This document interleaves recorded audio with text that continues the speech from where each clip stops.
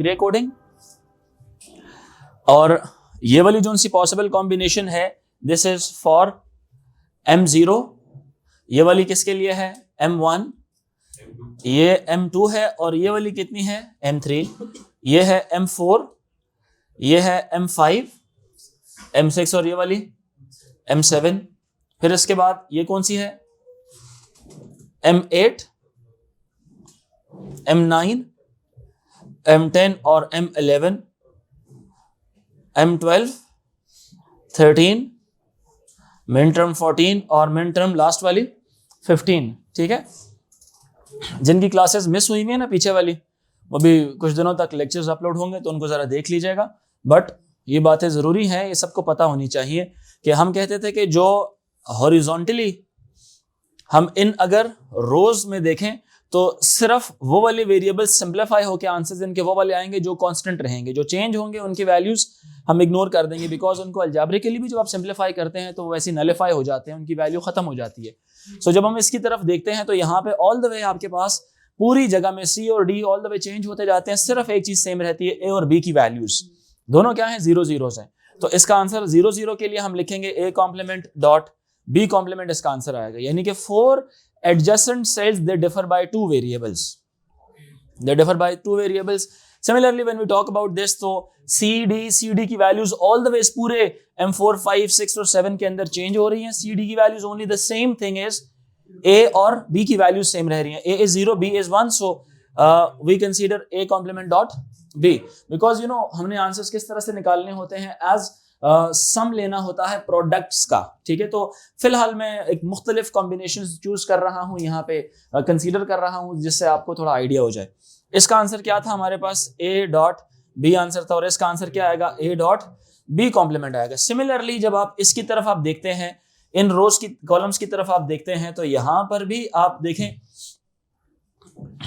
All the way A और B की values through out M0 4 12 और 8 के अंदर A और B चेंज होता है, C D दोनों क्या रहते हैं सेम रहते हैं। तो ये हो जाएगा C complement dot D complement, ये हो जाएगा C कॉम्प्लीमेंट डॉट D हो जाएगा, ये हो जाएगा C डॉट D हो जाएगा, ये हो जाएगा C डॉट D कॉम्प्लीमेंट हो जाएगा।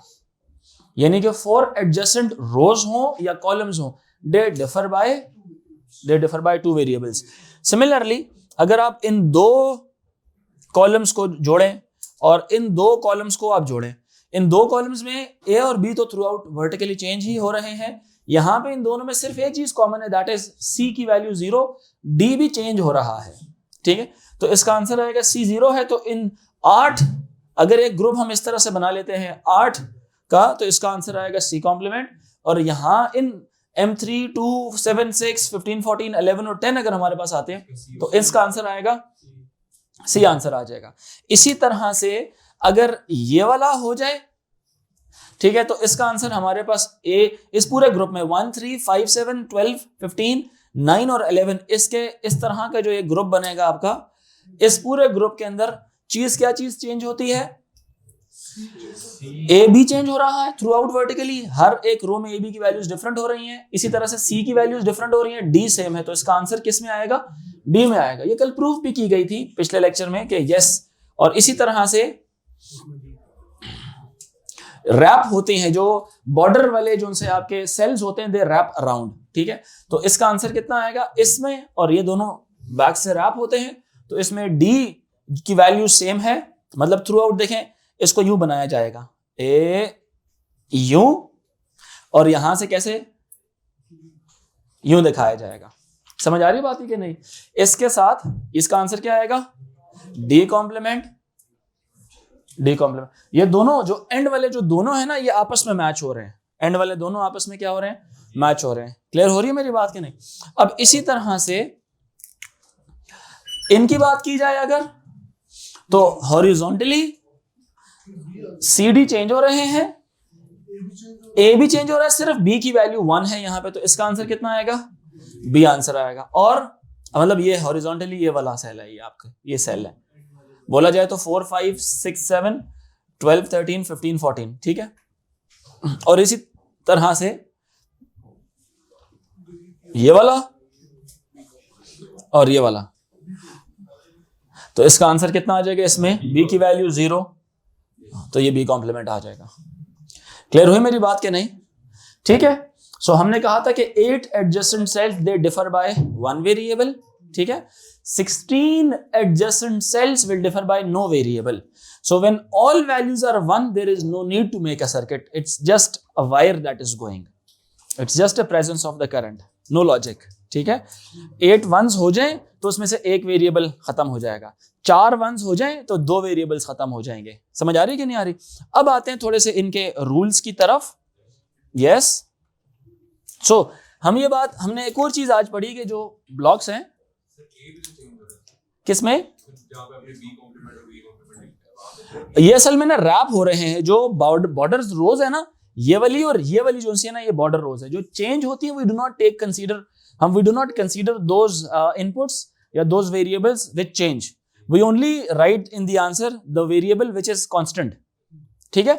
सो इस पूरे ग्रुप में M1, 3, 0, 1, 3, 2 और 8, 9, 11 और 10, इसके अंदर जो वैल्यू चेंज हो रही है ना वेरिएबल की, देखें CD तो थ्रू आउट पूरी रो में चेंज ही हो रहा है। ठीक है। यहाँ पे A0 B भी 0, यहाँ पे A1 B0, तो A तो इसका मतलब चेंज हो रहा है, B सिर्फ 0 0 रह रहा है। तो इसलिए, और इसको एज ए ग्रुप अगर आप देखते हैं तो ये ग्रुप वाइज ऐसे बनता है, ये वाली और ये वाला है। समझ आ रही है बात ही कि नहीं? Are you getting my point? आपको याद है वो सर्कुलर क्यू का जो कॉन्सेप्ट था, ठीक है, वो क्या हो रही थी, वो भी तो रैप हो रहा था ना। जो मिसाल के तौर पे हम बात करते हैं, जैसे नहीं मैं कुर्सियों की मिसाल देता हूं, ठीक है, कुर्सियों की मिसाल देता हूं। अब ये फॉर एग्जांपल, ये कितने बच्चे बैठे हैं इधर? 3 बच्चे बैठे हैं, ठीक। इसको बोलता हूं आप उधर चले जाएं, ये किधर आ जाएगा, इधर आ जाएगा, और ये किधर आ जाएगा, इधर आ जाएगा। अब इसको मैं, अब ये जब इधर आएगा ना, लिसन, ये जब मजीद उधर जाएगा तो इसको हम डिस्कार्ड नहीं करेंगे, उसको उठा के बोलेंगे आप इधर आ जाएं। सो ये इसका जो एडजेसेंट है, इस सीट का जो एडजेसेंट है, वो कौन सी सीट है? ये वाली है। Are you getting my point कि नहीं? इसको रैपिंग बोलते हैं। रैप करने का मतलब है सर्कुलर क्यू वाला कॉन्सेप्ट जो हमने एएस में देखा था। समझ आ रही बात ही कि नहीं? सर्कुलर क्यू का कॉन्सेप्ट क्या होता है कि हेड और टेल आपस में कनेक्ट करवा दें, हेड और टेल को आपस में क्या करा दें? कनेक्ट करवा दें। समझ रहे बात कि नहीं? जैसे मैं मिसाल लूं, कुछ बच्चे जिन्होंने एएस नहीं पढ़ी तो उनकी आंखें ऐसे फट फट के बाहर आ रही हैं कि पता नहीं सर क्या कह रहे हैं।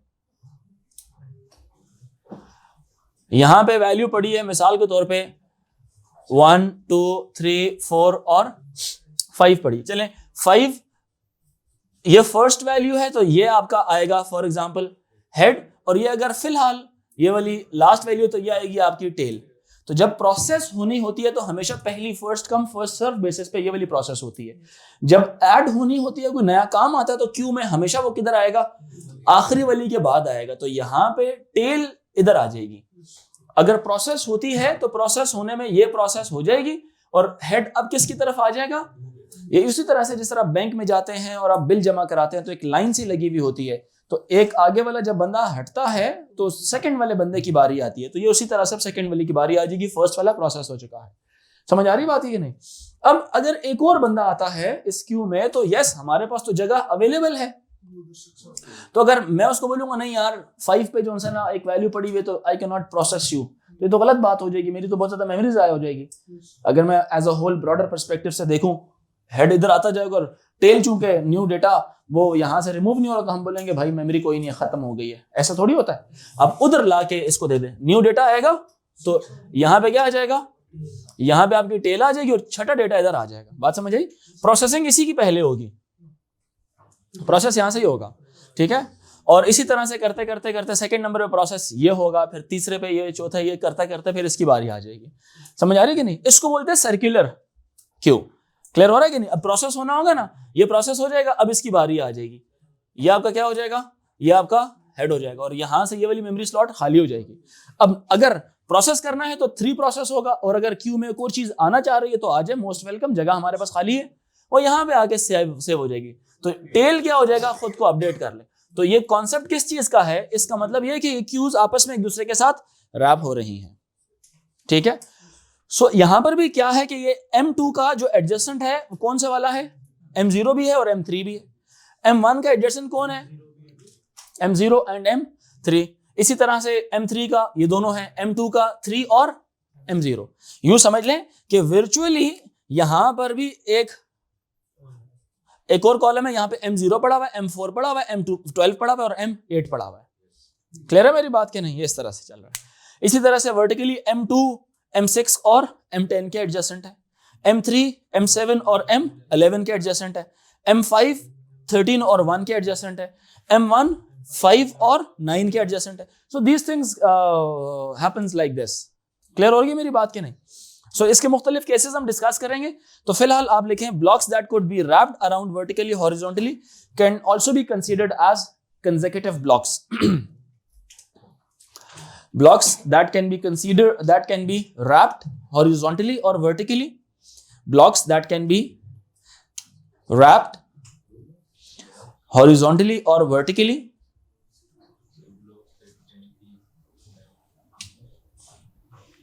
Blocks that could be wrapped around vertically or horizontally. Blocks that could be wrapped around vertically or horizontally could be considered as consecutive blocks. Considered as consecutive blocks.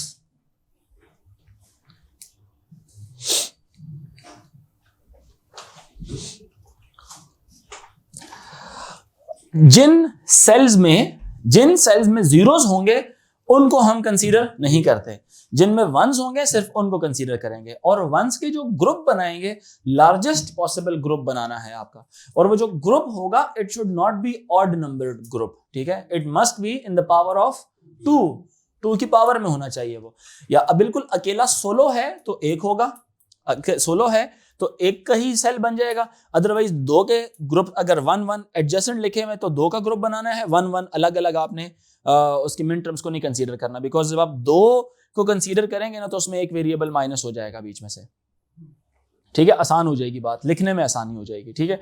दूसरी अंदाज में जब आप देखते हैं, फॉर एग्जांपल आपके पास 3 वंस आ जाते हैं कंसेक्यूटिव, तो 3 वंस भी आपने नहीं लेने, दो का एक बीच में से क्या होगा, ओवरलैप कर जाएगा, ठीक है? 4 वंस आएंगे तो 4 का आपने ग्रुप ले लेना है, 4 वंस आएंगे तो चारों का ग्रुप ले लेना है, ठीक है? अच्छा आगे चलते हैं जरा। तो the sales which have 0 in them will not be considered in the K-map expression. Yeah, in other words you can say cells having only ones will be considered in the K-map expression. Zeros will not be considered, तो इसका vice versa क्या होगा, means ones will be considered. Cells having zeros will not be considered in K-map expression. Consider मैंने लिख दिया है only once. Consider only once. ठीक है?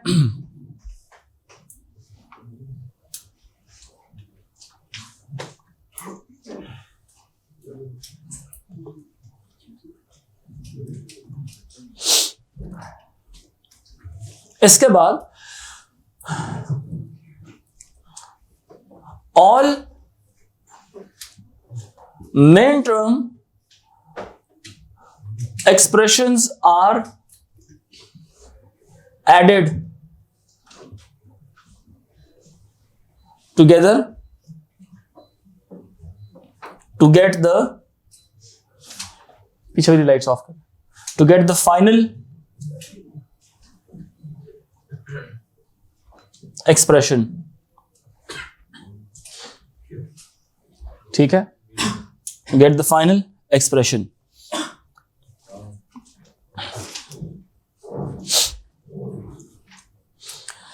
अब थोड़े से मैं जरा कह लें कि डिटेल्ड या रूल्स के बारे में बात करता हूं, ठीक है? ओनली कंसीडर द ग्रुप्स, लिख लें बल्कि only cells containing ones are considered that could be identified making groups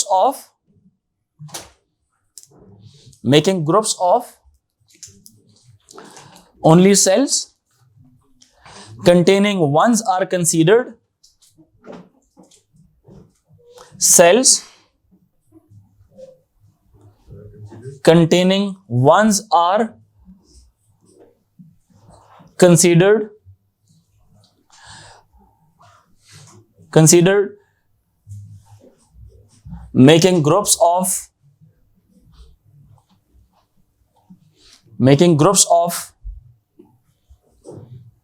1, 2, 4, 8, 16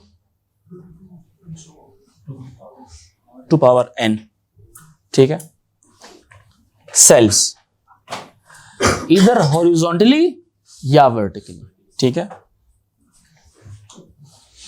either horizontally or vertically, horizontally, vertically, or as rectangle or circle कहां से आ गया नकमो, स्क्वायर, कौन था ये सर्कल वाला, सर्कल किधर से आ गया इसमें, हॉरिजॉन्टली, वर्टिकली, रेक्टेंगल और एज स्क्वायर, ठीक है, और रैप्ड अराउंड, और रैप्ड अराउंड, ठीक है, और wrapped around, and each group should be considered as large as possible. Each group should be considered as large as possible, ठीक है, as large as possible.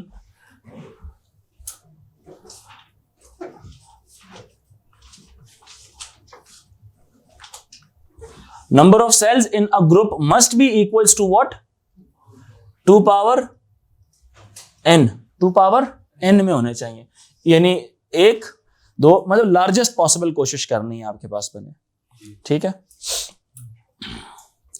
A group can overlap, which means a group can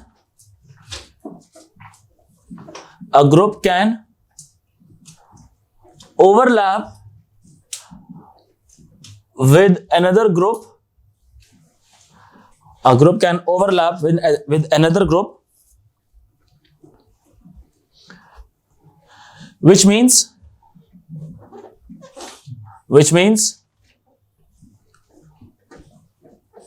one group can become part of many groups. Another group ना लिखें, one group can become part of, इसकी examples हम कर लेंगे, ठीक है, don't worry. Can become part of many groups. मजबूरन अगर एक सेल इस तरह का है कि which can not be made as a part of any other group, so मजबूरन उसको individually consider करना पड़ेगा. If a group is not part of any group, if a cell लिखें, if a cell is not part of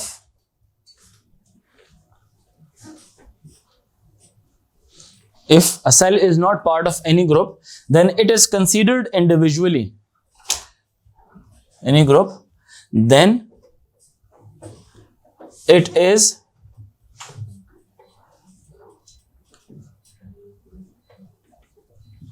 considered individually. साथ वाले room में पीछे वाली लाइट्स को देखें.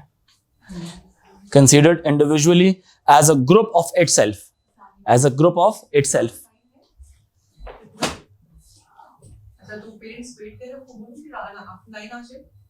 As a group of, then it is considered as a group of, considered as a group of itself. As a group of itself. Zero variables का difference होगा. हाँ 4 वेरिएबल्स आ जाएंगे फिर उसके अंदर, ठीक है। हाँ फिर उसमें कोई फर्क नहीं होगा, ठीक है। सो इसका मतलब ये आप सही समझें कि इसकी जो मिन टर्म होगी ना वो अपनी, इसका जो एक्सप्रेशन होगा ना वो अपनी मिन टर्म ही होगी। ए बी और सी और डी सारे वेरिएबल्स को शामिल होना पड़ेगा। ये बात समझ रहे हैं कि नहीं? क्योंकि वो किसी, अब देखो किस तरह से, मिसाल के तौर पे सुनना जरा, यहां पर 1 है और एक 1 इधर आ जाता है। अब 7 और 15 तो मिल जाएंगे आपस में, 2 वर्टिकल का ग्रुप बन जाएगा। इसका किसी के साथ नहीं बन पाएगा। जब इसका किसी के साथ नहीं बन पाएगा तो उसको मजबूरन फिर हमें लिखना पड़ेगा, ठीक है। लिख लें अपने पास, its corresponding min terms will be written as its expression. Its own min term will be written as its expression, will be written as its expression, ठीक है।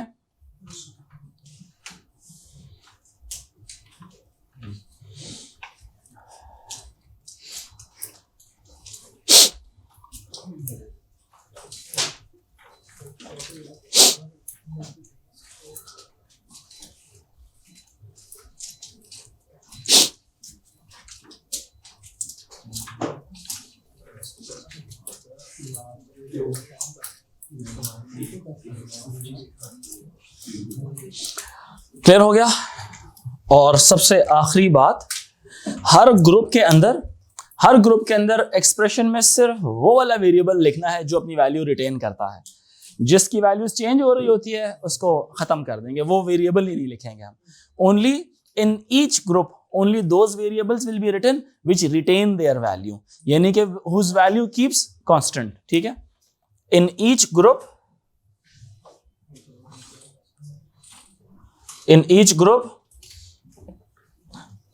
only those variables are considered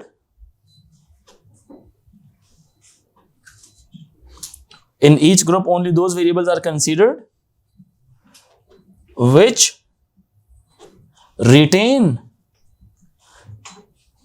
their values throughout the group, यानी कि वो variables जिनकी values क्या रहती हैं, constant रहती हैं। Variables that keep their values constant, बात समझ रहे हैं कि नहीं? Variables that keeps their values constant, ठीक है। Let's consider some examples as well. ये बात सबको समझ आ रही है? बता दें पहले जरा मुझे। Okay. Any confusion? Okay.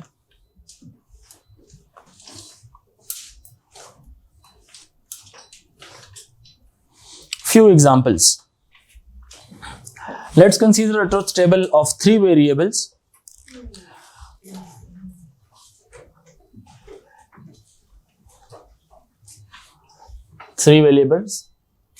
A, B and C, A, B, C and X.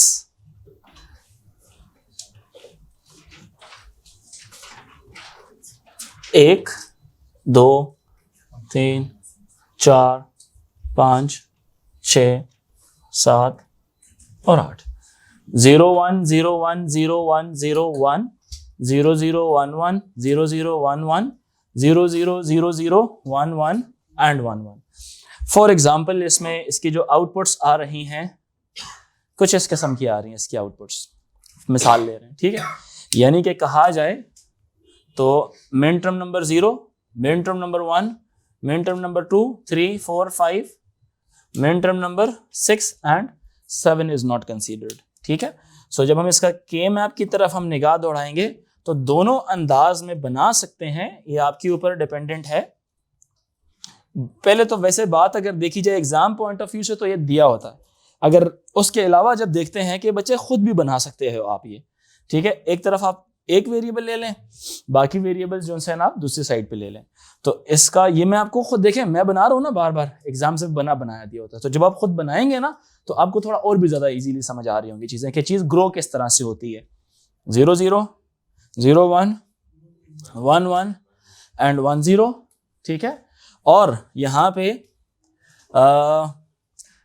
M0 क्या है इसका, ये क्या है, ये 1 है। M0 M1 2 and 3, 2 यहां पे है, 3 यहां पर है, ठीक है।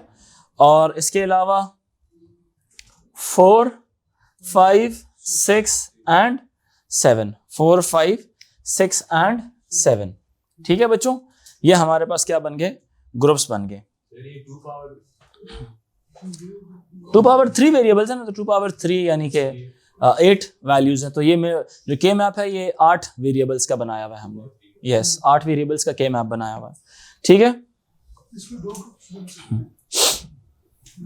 ठीक है, यस। अब जरा ग्रुप्स बनाएंगे, तो एक ग्रुप बनेगा ये वाला और एक ग्रुप बनेगा ये वाला, ठीक है। तो इन दोनों ग्रुप्स के अंदर only those variables are written which retain their value, ठीक है।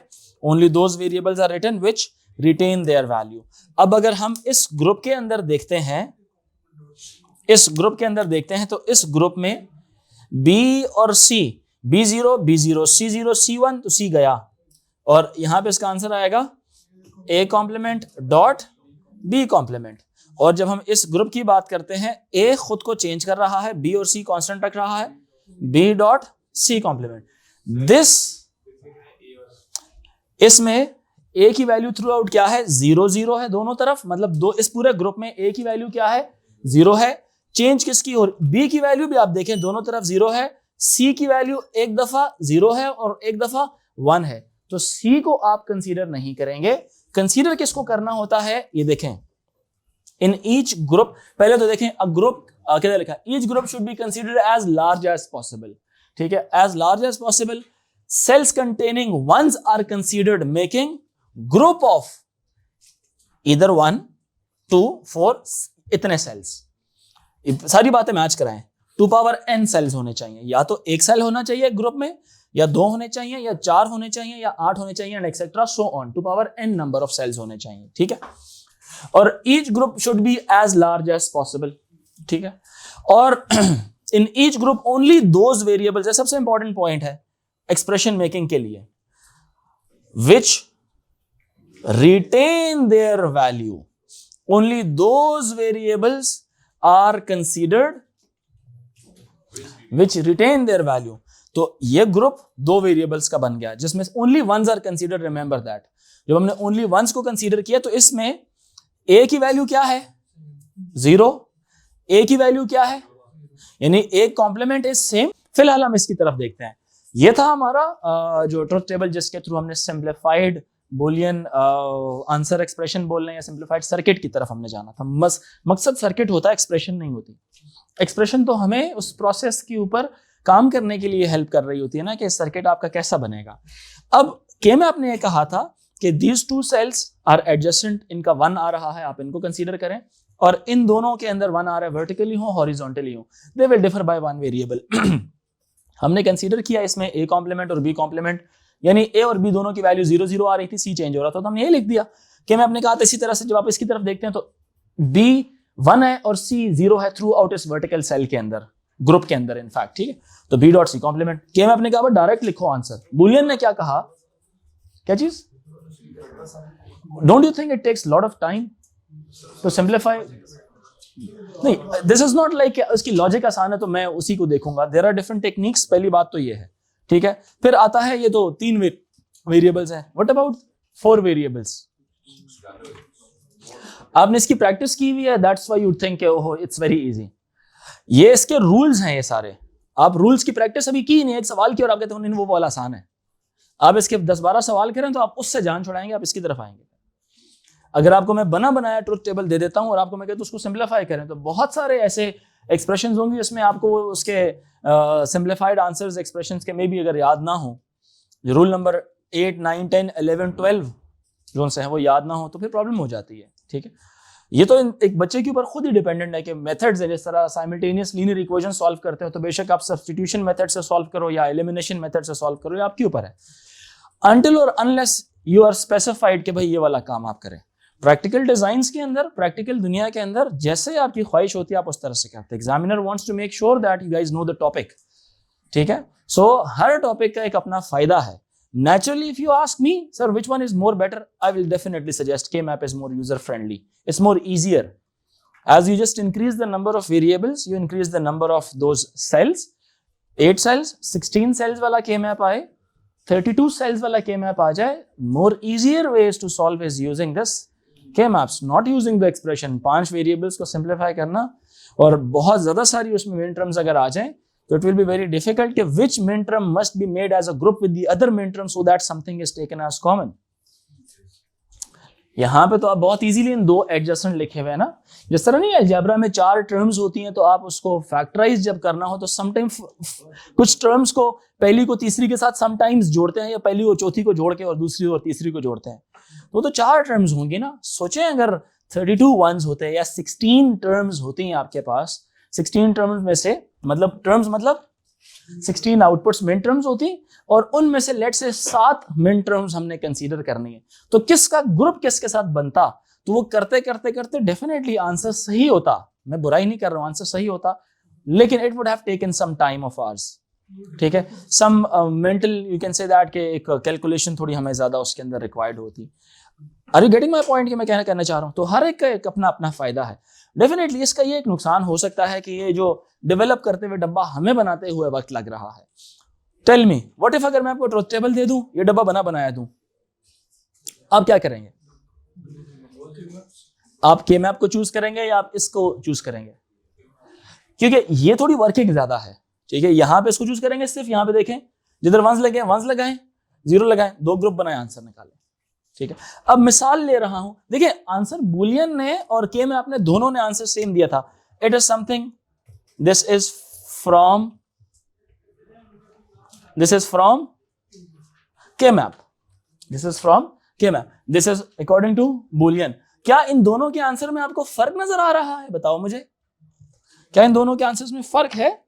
नहीं है ना, तो what does it mean? Yes, you can do it either way, use this method और use this method, it's up to you. Clear हो रही है मेरी बात कि नहीं हो रही? ओके, अब मिसाल लेते हैं कि यहां पे 1 नहीं है, यहां पे 1 नहीं है। मैं ना 1-2 एग्जांपल्स कंसीडर करके ना आपके साथ फिर फॉर एग्जांपल यहां पे 1 है, यहां पे 0 है, एक ग्रुप ये वाला बनेगा। इसको अकेले नहीं लूंगा मैं, इसको क्या करूंगा? इसको रैपिंग कराऊंगा, इसकी क्या कराऊंगा? इसकी क्या कराऊंगा? साथ ये और ये भी बनेगा एक ग्रुप। क्लियर हो? ये एज आई टोल्ड यू, जो बॉर्डर्स वाले जो वंस होंगे वो एक दूसरे के साथ क्या होंगे? रैप होंगे। तो जो ये वाला है, ये वाला सेल तो सेम रहेगा, यानी कि ये वाला 1 और ये वाला 1, they will be the same, they will give you the same answers. So इसका जो आंसर आएगा वो आएगा A complement dot B complement. अच्छा, अगर मैं सुनना जरा मेरी बात, इसको अकेला लिखता हूं ना तो नुकसान क्या है? तीसरा वेरिएबल भी शामिल करना पड़ेगा आपको, जिसकी जरूरत ही नहीं थी इनफैक्ट। तो वो तीसरा मतलब कहने का जरा समझना, जैसे हमने कहा कि अगर एक सेल हो, अगर इसका ग्रुप ना बनता हो तो वो मजबूरी है आपकी, it will be considered individually. समझ आ रही बात? जैसे यहां पे अगर 1 आ जाएगा, अगर यहां पर क्या आ गया? 1 आ गया, तो ये किसी के साथ भी नहीं आ रहा, ये किसी के साथ भी नहीं आ रहा, तो मजबूरन क्या करना पड़ेगा हमें? इसको फिर मजबूरन अकेला लेना पड़ेगा, एज अ मिन टर्म हमें इसको कंसीडर करना पड़ेगा। लेकिन सिंस यहां पे अगर ये 0 ही लिखा हुआ हो, यहां पे 0 लिखा हुआ तो कोई मसला नहीं। अलबत्ता इसको अगर आप 1 कंसीडर करेंगे as individual group which should not be considered as group, then you will definitely be needing what? आपको तीसरा वेरिएबल भी मजबूरन साथ अटैच करना पड़ेगा। खैर, मतलब वो फिर थोड़ा कॉम्प्लेक्स एक सिंप्लीफाइड वर्जन नहीं होगा। खैर इसमें क्या है, b is 1 and c is 0, b is 0 and c is 1, तो यहां पे b चूज नहीं कर रहे हम, ये चूज कर रहे हैं, तो ये हो जाएगा a complement dot c complement आ जाएगा। क्लियर हुई मेरी बात कि नहीं? ये उसकी सिंप्लीफाइड एक्सप्रेशन बनेगी। क्या बनेगी? उसकी सिंप्लीफाइड एक्सप्रेशन बनेगी। समझ आई? सोचें अगर ये अकेली मिन टर्म कंसीडर की जाती तो इसके साथ आप डॉट बी भी अटैच करते। आपने ये रूल्स पढ़े? हमने क्या कहा था कि सेल्स कौन से होने चाहिए? एज लार्ज एज पॉसिबल, ठीक है, और सेल होने चाहिए या तो एक सेल हो या दो हो या चार हो या 6 हो एंड सो ऑन। इसी तरह से ये दोनों सेल्स भी इकट्ठे बन सकते हैं, और ये जो बॉर्डर्स वाले ना ये भी इकट्ठे हो सकते हैं, बिल्कुल हो सकते हैं। रैप किसकी? ये अकेला नहीं ना हो सकता। अगर आप कर लो, चलो मिसाल के तौर पे कर लो, तो इसका आंसर पता क्या आएगा अकेले का? जरा समझना इस बात को। इसका आंसर आएगा A complement dot B dot C complement. इस अकेले का मुझे बताओ क्या मिन टर्म बनेगी इसकी अकेले की? A complement dot B dot C complement. समझ आई? अकेले का ये बनेगा। अब हमने क्या कर दिया, ये बीच में से क्या कर दिया? रीजन क्या थी हटाने की? हमने as large as possible consider किया, और रैपिंग कर सकते हैं क्योंकि इसका जो एडजस्टेंट है, एज आई टोल्ड यू इसका एडजस्टेंट कौन था? हॉरिजॉन्टली एडजस्टेंट कौन सा वाला है? ये वाला, और इसके साथ वाला। इसके साथ कौन बैठा हुआ यहां पे? वर्चुअली कौन है यहां पे? मैं इधर पूरे को बता देता हूं आपको। यहां पे क्या क्या पड़ा हुआ है? M0, M4, M12, M8 पड़ा हुआ है। समझ आ रही बात है कि नहीं? M0 के एडजस्टेंट कौन है? 1 और M2। 1 का एडजस्टेंट कौन है? 0 और 3। 3 का कौन है? 1 एंड 2। 2 का कौन है? 3 एंड 0। ये हॉरिजॉन्टली एडजस्टेंट है। इसी तरह से इसका वर्टिकली ऊपर भी एक है और इसका वर्टिकली नीचे भी है। तो ये वर्चुअल रैपिंग हम इसको बोलते हैं। तो रैप हो रहे हैं ये, ठीक है ये बात कि नहीं? So are you getting my point? That is why you will not consider individual cell, take as large cell as possible. And also जैसे कि हमने यहां पे लिखा, cells containing ones are considered making group of, या तो अब one sales मजबूरन। समझ आ रही बात है कि नहीं? So by the way, one simplify नहीं करवा रहा होता ना, तो उसमें वो जितने भी वेरिएबल्स वाला के मैप होता है वो हर वेरिएबल बीच में शामिल हो जाता है, क्योंकि अकेले इंडिविजुअल मिन टर्म उसकी कंसीडर करनी है, मजबूरी है। ठीक है बात कि नहीं? तो इसलिए हमारी ख्वाहिश ये होती है, सुन लेना जरा, ख्वाहिश क्या होती है कि ज्यादा बड़े से बड़े ग्रुप्स बने। बड़े से बड़े ग्रुप्स बनेंगे तो ही तो फिर आपका वो जो के मैप है या जो सर्किट है, लॉजिक सर्किट, सिंप्लीफाइड होगा। जैसे मैंने कहा यहाँ पे, सुनो, यहां पे आपको बी कंसीडर करना पड़ता अगर आप लार्ज एज पॉसिबल ग्रुप ना लेते, करना पड़ता ना। तो आपने as large as possible group लिया और उसमें आपने इसको और इसको कंसीडर किया, तब जाके क्या हुआ कि बी बीच में से क्या हो गया? हट गया। क्या हो गया? गया, बीच में से खत्म हो गया। नहीं समझ आई मेरी बात? आ गई? अच्छा एक मिनट।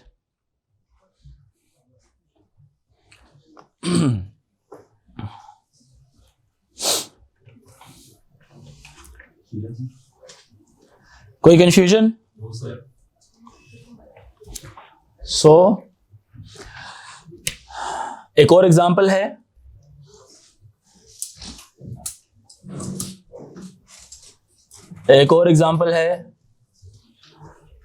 लेट्स से यहां पे 1 1 आ जाता है। How will you simplify this? ओहो, A B C 0 1 0 0 0 1 1 1 1 0, इसका ग्रुप कैसा बनेगा? इसका आंसर क्या आएगा? बताओ मुझे इसका answer Faizan. A complement dot C होगा। ठीक है। अच्छा बेटा अरीबा आप बताओ मुझे, ये अगर 1 हो जाता तो क्या करते? ये भी एक ग्रुप बनता। अरीबा इसका आंसर क्या आता? बी डॉट सी आता। ठीक है, दिमाग तेज चलना चाहिए। Are you getting my point? अगर ये भी 1 हो जाता फिर क्या होता? ये वाला ग्रुप बनाते हैं हम, ठीक है, एज लार्ज एज पॉसिबल। इसका आंसर क्या आता? A complement dot B. समझ आई? अगर ये 1 हो जाता क्या होता? किसी के साथ ना होता, फिर ये क्या करते हैं मजबूरन, ये होता A dot B complement dot C होता। समझ आ रही है? बातें समझ आई कि नहीं आई? Are you getting my point?